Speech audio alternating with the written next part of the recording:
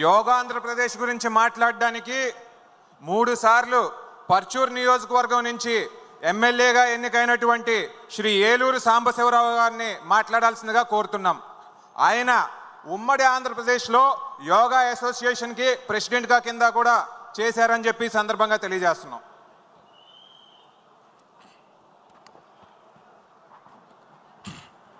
అందరికీ నమస్కారం. మన పసుపు సైనికుల పెద్ద పండగ మహానాడు కార్యక్రమానికి విచ్చేసిన తెలుగుదేశం పార్టీ కుటుంబ సభ్యులందరికీ పేరు పేరున నా హృదయపూర్వక నమస్కారాలు. అలాగే 47 సంవత్సరాల ప్రజా జీవితంలో 4 సార్లు ముఖ్యమంత్రి పదవిని అధిష్ఠించిన మన అందరి ప్రీతమ నాయకులు, తెలుగు జాతి అభ్యున్నతి కోసం, తెలుగు జాతి యొక్క ఉన్నతి ప్రగతి కోసం నిరంతరం పనిచేస్తున్న నిత్య కృషివలుడు, స్వర్ణాంధ్రప్రదేశ్ నిర్మాత, నిరంతర శ్రామికుడు మన ప్రీతం ముఖ్యమంత్రి వర్యులు శ్రీ నారా చంద్రబాబు నాయుడు గారికి ప్రత్యేక కృతజ్ఞతలు తెలియజేస్తా ఉన్నాను ఈ అవకాశం కల్పించినందుకు. అలాగే స్వర్గీయ నందమూరి తారక రాముని ప్రేరణతో చంద్రబాబు నాయుడు గారి మార్గదర్శకత్వంలో తీర్చిదిద్దబడిన తెలుగుదేశం పార్టీ భవిష్యత్ ఆశాకిరణం మన యువ నాయకులు శ్రీ నారా లోకేష్ బాబు గారికి ప్రత్యేక ధన్యవాదాలు, కృతజ్ఞతలు తెలియజేసుకుంటూ, ఈరోజు ఒక రాజకీయ పార్టీ సభలో యోగా మీద ఒక తీర్మానాన్ని, రాజకీయ తీర్మానం ప్రవేశపెట్టడం అనేది దేశ చరిత్రలోనే ఒక అరుదైన సంఘటన. ఎందుకంటే తెలుగు జాతి ఉన్నతంగా ఎదగాలి, ప్రజలందరూ కూడా సుఖ సంతోషాలతో ఆరోగ్యవంతంగా ఉండాలని పరితపించిన వ్యక్తి మన నాయకుడు చంద్రబాబు నాయుడు గారు.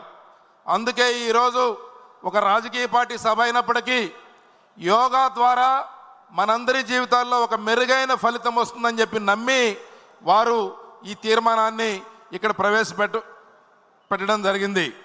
అలాగే మీ అందరికీ తెలుసు, యోగా అనేది మన భారతదేశంలో పుట్టింది 5000 సంవత్సరాల క్రితం పుట్టి ఋగ్వేదంలో కూడా యోగా గురించి మెన్షన్ చేయబడి ఉంది.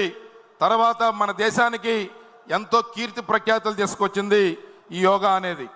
ఇది యోగా అంటే సాధారణంగా కొంతమంది అనుకున్నట్టు తల్లకిందులుగా తపస్సు చేయటమో లేకపోతే గట్టిగా శ్వాస బిగబట్టి ఉంచటమో కాదు.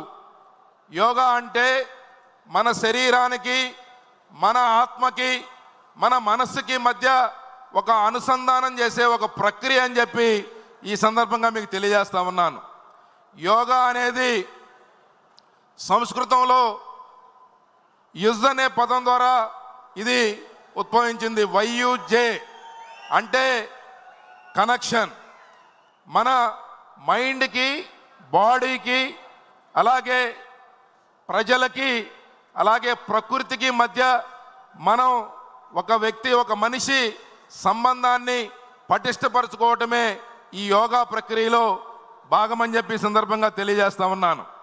2014లో మన ప్రీతం ప్రధానమంత్రి గారు ఐక్యరాజ్య సమితిలో ఈ యొక్క యోగా డే నిర్వహించాలి, ఇంటర్నేషనల్ యోగా డేగా జూన్ 21న నిర్వహించాలని చెప్పి ఒక ప్రపోజల్ పెడితే ప్రపంచ దేశాలందరూ కూడా ఆ రోజు భారతదేశం పెట్టిన ప్రపోజల్ని యాక్సెప్ట్ చేసి జూన్ 21ని ఇంటర్నేషనల్ యోగా డేగా దాన్ని పాటిస్తూ ఉన్నాం.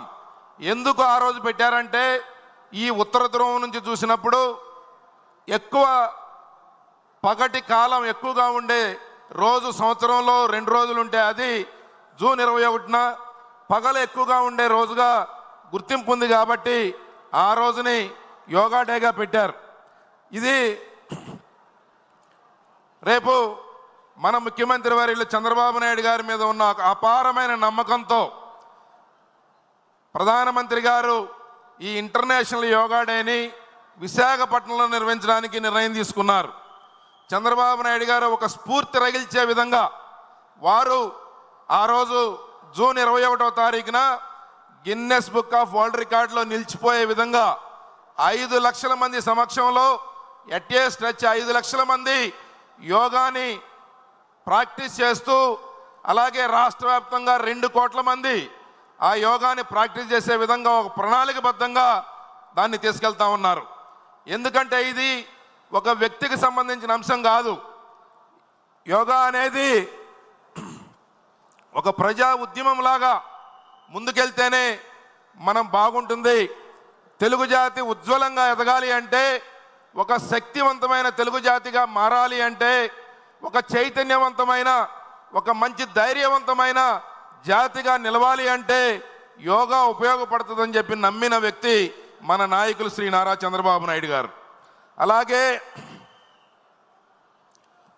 దీని మీద దాదాపు ప్రభుత్వం కూడా 2030 యోగాంధ్రప్రదేశ్ అని చెప్పి ఒక టార్గెట్ పెట్టుకొని 10,000కు పైగా ప్రభుత్వ పాఠశాలల్లో యోగాని బోధించే విధంగా చర్యలు తీసుకోవడానికి మన ప్రభుత్వం ముందుకొస్తా ఉంది. అలాగే 1000కి పైగా ప్రైమరీ హెల్త్ సెంటర్లో యోగా కేంద్రాలు ఏర్పాటు చేయాలనే తలంపుతో మన ప్రభుత్వం ఉంది. అలాగే 1,00,000 మంది యోగాని నేర్పే శిక్షకులుగా వారికి ట్రైనింగ్ ఇచ్చి వారిని తీర్చిదిద్దాలనే ఒక ప్రణాళికబద్ధంగా మనం ముందుకెళ్తా ఉన్నాం. అలాగే ప్రతి ఉదయం కూడా మనం అందరం కూడా సూర్య నమస్కారాలు చేసుకున్నట్లయితే ఈరోజు ఆ రోజంతా కూడా ఒక శక్తివంతంగా ఉంటుంది. అలాగే చివరిగా యోగా అనేది మన సాంప్రదాయం. ఒక ఆరోగ్యవంతమైన శక్తివంతమైన జాతి నిర్మాణం కోసం యోగా అనేది ఖచ్చితంగా ఉపయోగపడుతుంది. కాబట్టి దీన్ని ప్రతి ఒక్కరు కూడా అడాప్ట్ చేసుకోవాలని చెప్పి మీ అందరినీ కోరుకుంటూ